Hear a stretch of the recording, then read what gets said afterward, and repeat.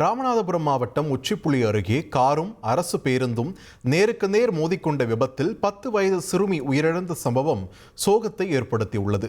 ராமநாதபுரத்தில் இருந்து கிலோமீட்டர் சோதனைக்காக சென்ற அரசு பேருந்தும் ராமேஸ்வரம் நோக்கி சென்ற காரும் நேருக்கு நேர் மோதியதில் இந்த விபத்து ஏற்பட்டது. காரில் பயணம் செய்த உத்தரப்பிரதேசத்தைச் சேர்ந்த 10 வயது சிறுமி ஆராத்யா இடிபாடுகளுக்குள் சிக்கி சம்பவ இடத்திலேயே உயிரிழந்தார். மேலும் 5க்கும் மேற்பட்டோர் படுகாயமடைந்த நிலையில் ராமநாதபுரம் அரசு மருத்துவமனையில் அனுமதிக்கப்பட்டுள்ளனர். இதில் இருவரின் நிலை கவலைக்கிடமாக இருப்பதாக கூறப்படும் நிலையில் விபத்து குறித்து உச்சிப்புளி போலீசார் வழக்கு பதிவு செய்து விசாரணை நடத்தி வருகின்றனர். இனி செல்லும் இடமெல்லாம் செய்தி. தந்தி டிவியின் வாட்ஸ்அப் சேனலை ஃபாலோ பண்ணினா செல்ல இருக்கும் இடமெல்லாம் செய்தி. இதோ QR கோட் இப்பவே ஸ்கேன் பண்ணுங்க, ஃபாலோ பண்ணுங்க.